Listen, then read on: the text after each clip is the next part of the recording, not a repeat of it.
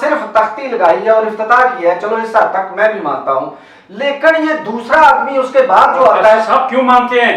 وہ جب افتتاح کر دیا تھا تو اس قوم کا خون پیتا ہے، اس کا بچوں کا مستقبل پیتا ہے، وہ چلو وہاں جو چائے پلائی جاتی ہے وہ اس کی بات کی کمائی سے چائے پلائی جاتی ہے، بالکل میں آپ کے ساتھ بھی آپ کے ٹیکس کا پیسہ ہے کہتا ہوں، لیکن میرا کہنے کا مقصد کہ اس سے بھی بڑے چور اعظم ان کو کہنا چاہیے، وہ آتے ہیں، وہ پہلا بورڈ ہٹواتے ہیں اور اپنا بورڈ راتوں رات نیا لگوا کے چلے جاتے ہیں. بھائی سڑک کسی نے بنوائی، کام کسی نے کیا، اور تم کون ہوتے ہو راتوں رات اس کے بورڈ سے آ کے اپنا نام لگوانے والے؟ اس پہ تو آپ کو تکلیف اس لیے ہونی چاہیے کہ ہر ایک ڈاکوؤں کے گروہ ہوتے ہیں، جو زیادہ طاقتور ڈاکو وہ پرانے پہ قبضہ کر لیتے ہیں. یہ کون سی نئی بات ہے؟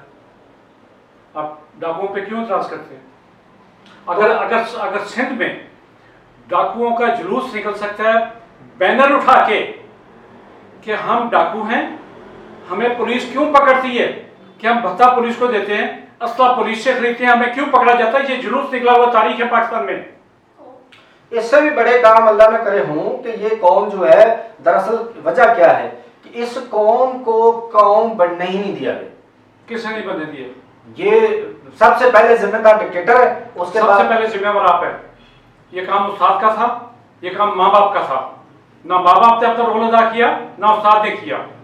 استاد بتاتا انہیں کہ لیڈر ایک لفظ ٹوٹے پھوٹے 6 دفعہ سال یافتہ آدمی کے ساتھ لکھا ہوتا ہے، فلاں اہم سیاسی لیڈر. وہ بدبخت ہو، یہ سمجھ جاؤ لیڈر کا مطلب، آپ چلے پروفیسر ہیں، لیڈر کا لفظ کا مطلب بتائیں مجھے، یہ بتائیں لیڈر کیا ہوتا ہے؟ یہ ان کو خود اس کے معنی کا نہیں پتا کہ لیڈر تو وہ ہوتا ہے جو قوم کو چرواہے کی طرح ان بھیڑ بکریوں کو رہنمائی کرے، ان کو یہ ریاست کو رہنما سمجھ بیٹھتے ہیں.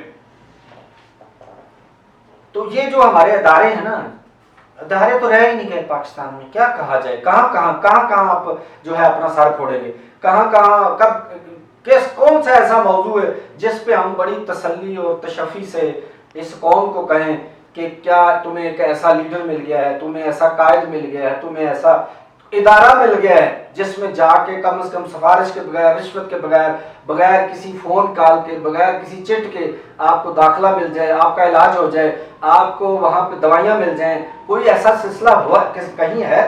یہ کس وجہ سے کہ یہ سارے سیاستدانوں کو چوری کا، ڈکیتی کا اور یہ طریقے بتائے جاتے ہیں کہ آپ یہ کریں، آپ یہ کریں، کل کو آپ نے الیکشن لڑنا ہے. اور وہ بڑی مشہور ایک بات ہے، سیاستدان گجر خان کے ایک سیاستدان نے جو ضلع کونسل لیول پہ اور کونسل لیول کے الیکشن ہو رہے تھے، تو اس نے اپنا پروفیشن یا جو پیشہ تھا وہ لکھا سیاست. تو سیاست اب کاروبار ہے، سیاست اب خدمت نہیں رہی. سیاست تو انہوں نے کی جو سائیکل پہ اسمبلی آتے تھے، سائیکل پہ اسمبلی پہ واپس جاتے تھے، جن کے نام، جن کو اجر جو ہے وہ اجر کہہ لیں کہ ان کی آنے والی نسلیں ہیں، اب ان کی گاڑیاں ایک کنال کی ہیں، ان کی اولادوں کی ایک کنال کے برابر گاڑیوں کی مثال دی جاتی ہے. پروفیسر صاحب آپ وہ مثال بھی دیں کہ قائد اعظم کے پاس ان کے بھائی کا ایک کارڈ جاتا ہے، ملاقات کے لیے جاتا ہے، جس پہ لکھا تھا کہ برادر قائد اعظم. انہوں نے اس کا داخلہ بین کر دیا، سرکولر ایشو کر دیا کہ اس کا کوئی کام نہ کیا جائے اور یہ کسی سرکاری دفتر میں نہ جائے. آج کیا ہے؟ آج ایک کہتا ہے میں نے دہلی کی کرپشن نہیں کی، اس کا داماد اربوں روپے کی کرپشن کیے بیٹھا ہے، اس کی بیوی اربوں روپے کی کرپشن کیے بیٹھی ہے. وہ کہتا ہے میں نے دہلی کی کرپشن نہیں کی. کہتا وہ سچ ہے، کیونکہ دہلا نام کا سکہ ہی کو نہیں. اس نے تو کرپشن کی ہے ڈالروں میں، اس نے کرپشن کی ہے پاؤنڈ میں، کروڑوں میں، اس نے جاپانی ین میں کرپشن کی ہے، اس میں ترکی لیرا میں کرپشن کی ہے. دہلی کی کوئی نہیں کی ہے. ہم مانتے ہیں صاحب جی، ہم آپ کو مانتے ہیں، آپ کو لفظ کہنے آتے ہیں. قائد اعظم رحمۃ اللہ علیہ کی بات تو اس سے بھی آپ نے چھیڑ دی ہے. تو آپ کو یاد ہوگا پاکستان کا پہلا دن تھا اور قائد محترم رحمۃ اللہ علیہ باہر نکلے، اور میں کہتا ہوں کہ قائد اعظم کے چاہنے والوں کو سلام پیش کرنا چاہیے، اور قائد اعظم کی روح کو بھی سلام کرتے ہیں کہ اس قوم نے قائد اعظم کے علاوہ ہر ایک پہ الزام لگایا. جو اتنے بھاشن دیتے تھے نا، جن کی اتنی بڑی زبانیں صاحب، انہوں نے بڑے محتاط ہوتے بھی کہہ رہا ہوں، آج اس قوم میں وہ بے غیرت پیدا ہو چکے ہیں جو چاہتے تھے ان کی مائیں بہنیں ہندوؤں کے سپرد رہیں، اور وہ قائد اعظم کے خلاف آج بکواس کرنے سے بات نہیں آ رہے.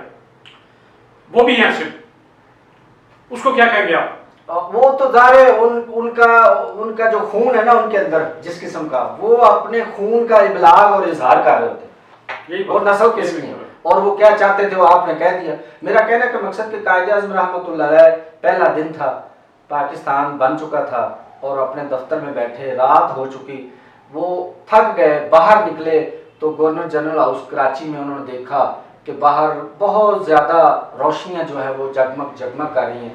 آپ اٹھے اور ایک ایک کر کے تمام لائٹس بجھانا شروع کر دی۔ سنتری بھاگتا ہوا آیا اور سلوٹ مارا کہ سر آپ یہ کیا کر رہے ہیں؟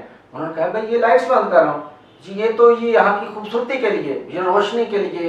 انہوں نے کہا میرا ملک اس قابل نہیں ہے کہ اتنی فالتو لائٹیں میں جلا سکوں، میرے کمرے میں صرف ایک ٹیبل لیمپ ہے اور وہ بھی جب میں باہر آیا ہوں تو وہ میں اس کو بند کر کے آیا ہوں۔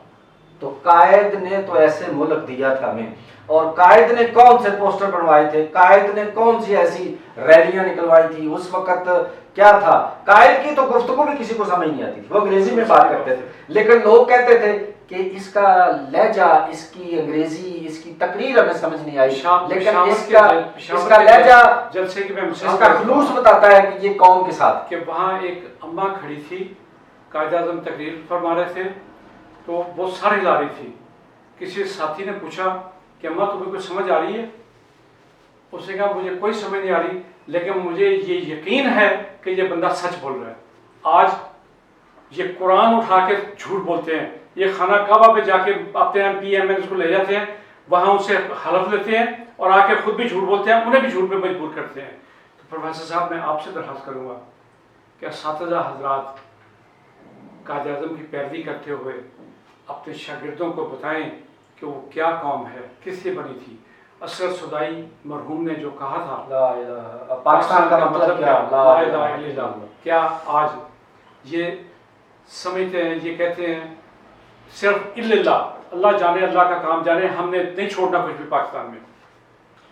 بہت شکریہ آپ کا ناظرین، امید ہے ہمارے یہ چند تلخ الفاظ شاید آپ کے ذہن اور دلوں تک پہنچ جائے، اور آپ یہ عہد کر لیں کہ کسی چور ڈاکو لٹیرے کو، کسی راہزن کو اب راہبر نہیں کہنا اور نہ ہی اسے ووٹ دینا ہے۔ اللہ حافظ۔